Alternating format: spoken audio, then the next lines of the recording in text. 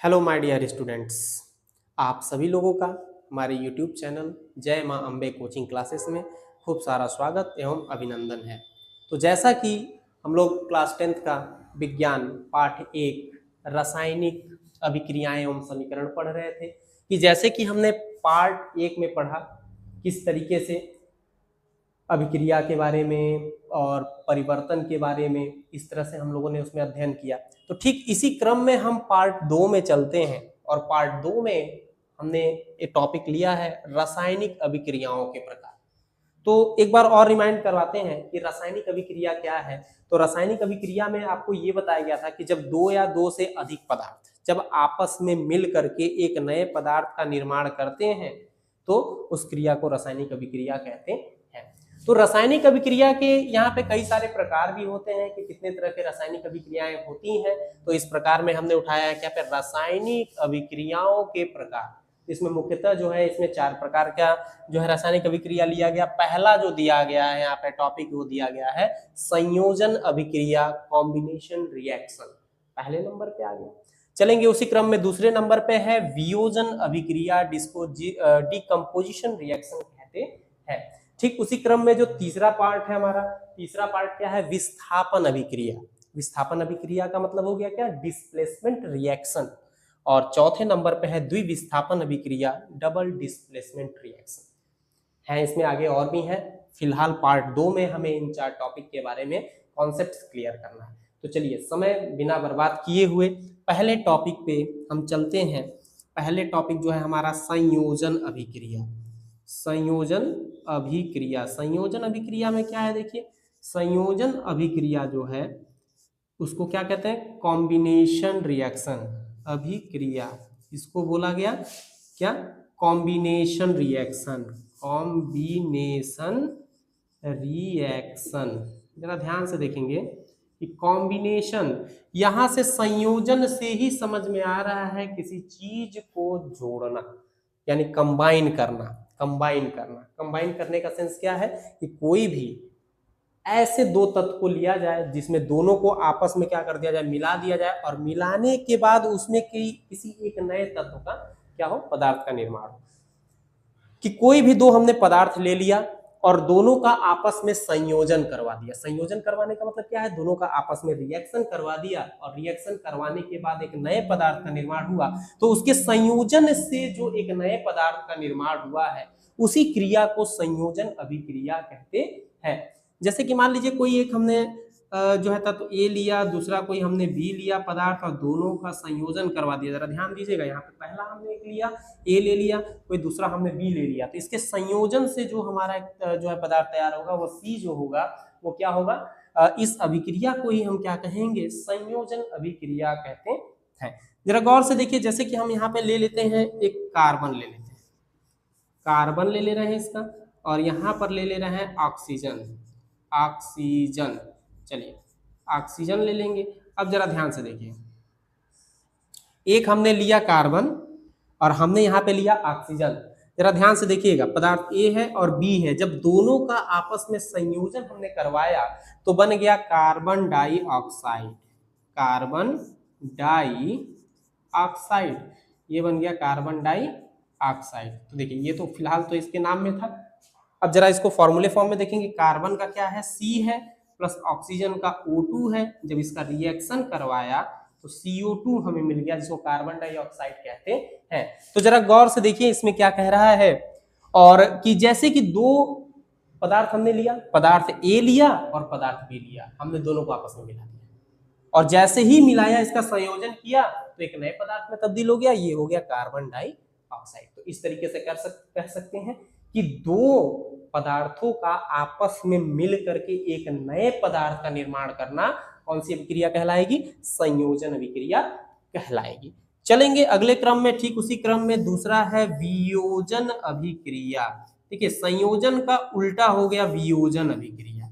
वियोजन अभिक्रिया के अंतर्गत क्या करेंगे, देखिए वियोजन होता है decomposition, decomposition, decomposition reaction. Decomposition reaction के अंतर्गत क्या है, देखिए डीकम्पोजिशन रिएक्शन के अंतर्गत जाएंगे तो डीकंपोजिशन रिएक्शन क्या है, ये बिल्कुल संयोजन यानी कॉम्बिनेशन का उल्टा है।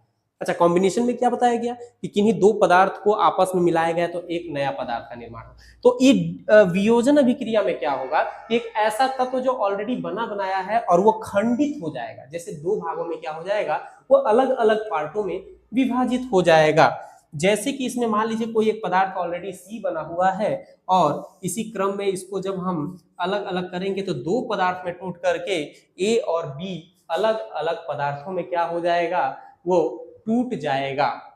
जरा ध्यान से देखिए, यहाँ पे हम लेते हैं जिंक ऑक्साइड लिया, हमने एक लिया जिंक ऑक्साइड, जरा ध्यान से देखेंगे, जिंक ऑक्साइड लिया। अब ये ऑलरेडी हमारे पास जिंक ऑक्साइड जो है ऑलरेडी एक ऐसा तत्व है जो बना बनाया गया है, तो इसको दो पार्ट में यदि हम विभाजित करते हैं तो जरा ध्यान से देखिए किस किस तत्वों से मिल करके बना हुआ है, किस किस पदार्थ से मिल करके बना हुआ। तो जरा ध्यान से देखिए, जिंक प्लस ऑक्सीजन, ये बना है जिंक प्लस ऑक्सीजन से। तो जरा ध्यान से देखेंगे, zinc plus oxygen, zinc plus oxygen में क्या हो गया, ये जिंक ऑक्साइड बना है। क्या बना है, जिंक ऑक्साइड बना है, ZnO बना है। तो ये जरा ध्यान से देखिए, जिंक ऑक्साइड बनेगा तो Zn ले लिया, ऑक्सीजन का O2 होता है। क्योंकि हमारा जो इक्वेशन है वो बैलेंस नहीं है, संतुलित नहीं है, तो इसको संतुलित करने के लिए क्या करेंगे, यहाँ पे ऑक्सीजन दो बार है तो यहाँ पे दो बार करेंगे, जरा गौर से देखेंगे तो यहाँ पर दो बार ऑक्सीजन आ गया और इसी क्रम में यहाँ पे Zn भी क्या है, दो बार है, यानी जिंक भी दो बार है। तो चलिए उसी क्रम में यहाँ पे देखेंगे तो ऑक्सीजन तो हमारा दो बार उपलब्ध है यहाँ पे, परंतु यहाँ पे जो जिंक दिया गया है वो एक ही बार है और इसको दो बार करने के लिए हमने क्या किया, यहाँ पे दो बढ़ा दिया। तो ठीक इसी तरीके से जिंक ऑक्साइड हमारा तैयार हो गया। तो हमने देखा कि किस तरीके से वियोजन अभिक्रिया था। वियोजन अभिक्रिया क्या था, ये संयोजन का बिल्कुल क्या था, उल्टा था। और संयोजन का उल्टा होने का सेंस क्या है कि इसमें दो पदार्थ जब आपस में मिल करके एक नए पदार्थ का निर्माण करते थे तो यहाँ पे एक बना बनाया पदार्थ है जिसको दो भागों में क्या कर दिया, खंडित कर दिया या विभाजित कर दिया गया।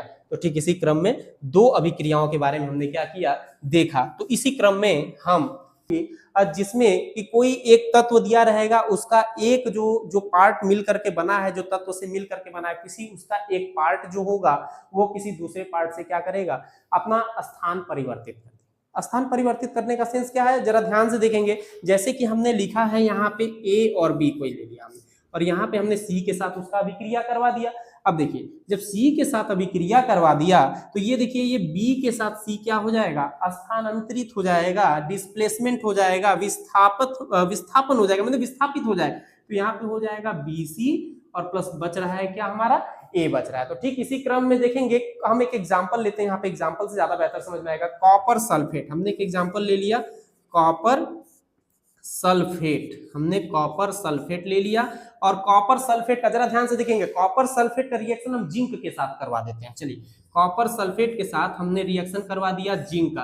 तो जरा ध्यान से देखिएगा, यहाँ पे हमने लिया है ए और बी और हमने दूसरा तत्व यहाँ पे पदार्थ हमने लिया है सी। तो जो विस्थापन हो रहा है वो विस्थापन हो कौन रहा है, बी के साथ सी हो रहा है। तो जरा ध्यान से देखिएगा, ए बी, तो जरा देखिएगा ए नंबर पे आ रहा है कॉपर और बी नंबर पे आ रहा है सल्फेट और यहाँ पे सी नंबर पे आ रहा है जिंक। जरा ध्यान से देखिएगा, ए नंबर पे आ गया कॉपर और बी नंबर पे आ गया सल्फेट, ठीक, और सी नंबर पे आ गया जिंक के साथ जिसकी हम अभिक्रियाएं करा रहे हैं। तो ठीक कह रहा है कि बी के साथ सी का विस्थापन हो जाना।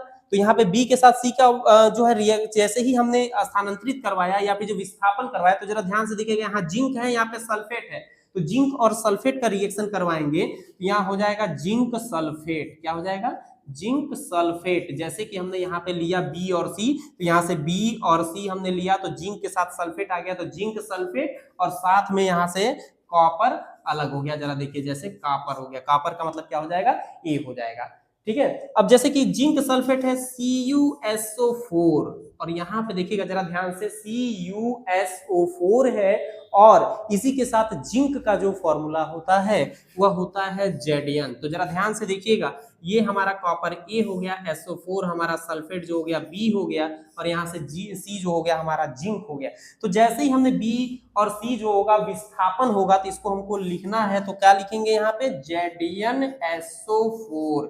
ये हो गया हमारा जिंक सल्फेट और साथ में हमारा यहाँ से क्या हो गया, कॉपर अलग हो गया। तो ठीक इसी क्रम में हमने देखा कि किस तरीके से तीसरा पार्ट हमारा हुआ। तो ठीक इसी क्रम में हम चौथे और इसके आखिरी पार्ट पे चलेंगे। चौथा पार्ट जो हमारा है वो है द्विविस्थापन। द्विविस्थापन का मतलब अभी तक विस्थापन किया तो किसी एक तत्व जो है पदार्थ का जो है किसी दूसरे पदार्थ के साथ में किसी एक नंबर पर जो है क्या हुआ, विस्थापित हुआ। इसमें द्विविस्थापन का मतलब क्या हो जाएगा, दो बार जो है ऐसा द्विविस्थापन अभिक्रिया क्या होगा, ऐसी अभिक्रियाएं जो दो, ठीक है, दो अलग अलग परमाणुओं के साथ जो समूह का क्या करता है, आदान या प्रदान करता है, आदान या प्रदान करता है। तो जरा गौर से देखेंगे, यहाँ पे हमने ए बी लिया और साथ में तो यहाँ पे देखेंगे सबसे पहला काम, यहाँ देखेंगे चौथा जो पार्ट है हमारा ये लिखेंगे द्विविस्थापन अभिक्रिया। चौथा जो पार्ट है द्विविस्थापन अभिक्रिया, द्विविस्थापन अभिक्रिया इसको क्या कहते हैं,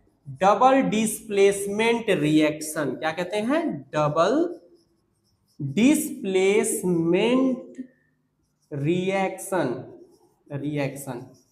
तो यहां से एक बात तो समझ में आ रहा है, जरा ध्यान से देखिए।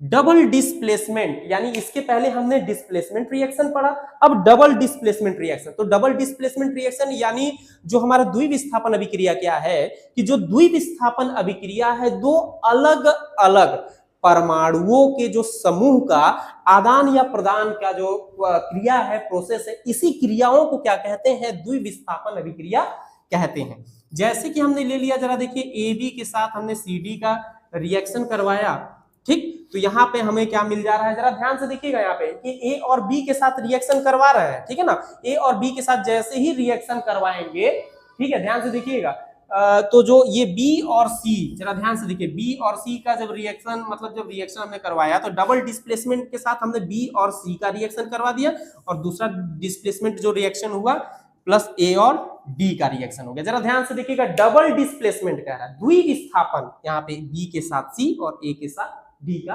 क्या किया, विस्थापन हो गया। तो ठीक इसी तरीके से चलेंगे कि उदाहरण लेंगे, यहाँ पे क्या लेते हैं, सोडियम सल्फेट लेते हैं। पहला एक उदाहरण लेते हैं सोडियम सल्फेट, सोडियम सल्फेट के साथ, जरा ध्यान से देखेंगे, रूल में कभी भी एक बात ध्यान रखिएगा कि जो भी चीज फॉर्मूला आप लिखते हैं, फॉर्मूले को बैलेंस करना बहुत ज्यादा जरूरी होता है। तो इसमें हमने लिया सोडियम सल्फेट और ले लेते हैं बेरियम क्लोराइड, यहां से हमने लिया बेरियम क्लोराइड। तो जरा ध्यान से लिखेंगे क्लोराइड, हमने यहाँ दो चीज लिया। अब रिएक्शन करवाने की बारी है, जरा ध्यान से देखिए, सोडियम, सोडियम है, सोडियम सल्फेट और बेरियम क्लोराइड। जरा ध्यान से देखिएगा, इसमें दो चीजें हैं, एक हमारा सोडियम हो गया, बी हमारा सल्फेट हो गया, सी हमारा बेरियम हो गया और चौथा हमारा क्या हो गया, डी हमारा हो गया क्लोराइड हो गया। तो जैसे कि जरा ध्यान से देखिए, हमने पहला डिस्प्लेसमेंट रिएक्शन इसमें करवाया क्या, बी के साथ सी का, तो बी पे यहाँ पे सल्फेट दिया है और सी पे दिया बेरियम सल्फेट। तो बेरियम सल्फेट होगा तो सबसे पहला डिस्प्लेसमेंट लेकर के साथ बना दिया क्या, यहाँ पे बेरियम सल्फेट, बेरियम सल्फेट। और साथ में जब दूसरा डिस्प्लेसमेंट रिएक्शन हुआ, जैसे कि ए के साथ डी का हुआ, विस्थापन हमने करवाया तो ए के साथ डी का करवाया, तो ए यहाँ पे क्या है, सोडियम और ये क्लोराइड, तो दूसरा हमारा बन गया क्या, सोडियम क्लोराइड, सोडियम क्लोराइड। तो ठीक इसी क्रम में हम देखेंगे, ये तो यहाँ पे नाम बता रहा है, इसको हम यदि फॉर्मूले के आधार पर देखते हैं तो Na2SO4, यदि हम सोडियम सल्फेट की बात करते हैं तो Na2SO4 होता है और बेरियम क्लोराइड में क्या जाएंगे, BaCl2। जरा ध्यान से देखिए, बेरियम हो गया Ba और Cl क्या हो गया, 2 हो गया। ठीक, इसी क्रम में यदि हम रिएक्शन करवाते हैं तो जरा ध्यान से देखिएगा, यहाँ से जो सोडियम हो गया हमारा A है और ये सल्फेट हमारा B है, यहाँ से बेरियम हमारा C है और क्लोराइड हमारा क्लोरीन जो है वो D है। क्या कह रहा है, डबल डिस्प्लेसमेंट, द्विविस्थापन अभिक्रिया। तो द्विविस्थापन अभिक्रिया में क्या है कि दो जो है अभिक्रियाएं जो इसमें क्या हो रहा है, विस्थापित हो रही है। तो पहला विस्थापित, जैसे कि इस फॉर्मूले में हमने पढ़ा B के साथ C का, देखिए पहला B के साथ C का, तो B के साथ C हम लेते हैं, तो ये देखिए BaSO4 यानी barium sulphate, BaSO4 barium sulphate हो गया। और ठीक उसी क्रम में A के साथ हमने C का किया, तो सोडियम और क्लोरीन का जब हमने रिएक्शन करवाया तो सोडियम क्लोराइड बना। तो जरा ध्यान से देखिएगा, यहाँ पे क्लोरीन भी 2 बार है और यहाँ पे सोडियम भी 2 बार है, तो इसको हम लोग लिख सकते हैं NaCl, और यहाँ पे हम लिख सकते हैं कितनी बार है, ये 2 बार है, तो 2 बार Na हो गया और 2 बार Cl हो गया। तो ठीक इस अभिक्रिया में हमने देखा कि किस तरीके से द्विविस्थापन अभिक्रिया हुआ। डबल डिस्प्लेसमेंट रिएक्शन में क्या किया गया, 2 बार इसमें विस्थापित हुआ। ऐसे तत्व जो है जो अपने परमाणुओं का क्या करता है, आदान या प्रदान करता है। तो ठीक इसी तरीके से हमने 4 पार्ट इसमें देखा, और उम्मीद है कि आपको ये वीडियो बहुत अच्छा लगा होगा। और इस तरह के और सारे वीडियोस को देखने के लिए हमारा यूट्यूब चैनल जय मां अम्बे कोचिंग क्लास से जुड़े, लाइक, कमेंट और सब्सक्राइब करें, ताकि आपको इस तरह के और भी बहुत सारे चैप्टर्स आपको अवेलेबल होते रहें।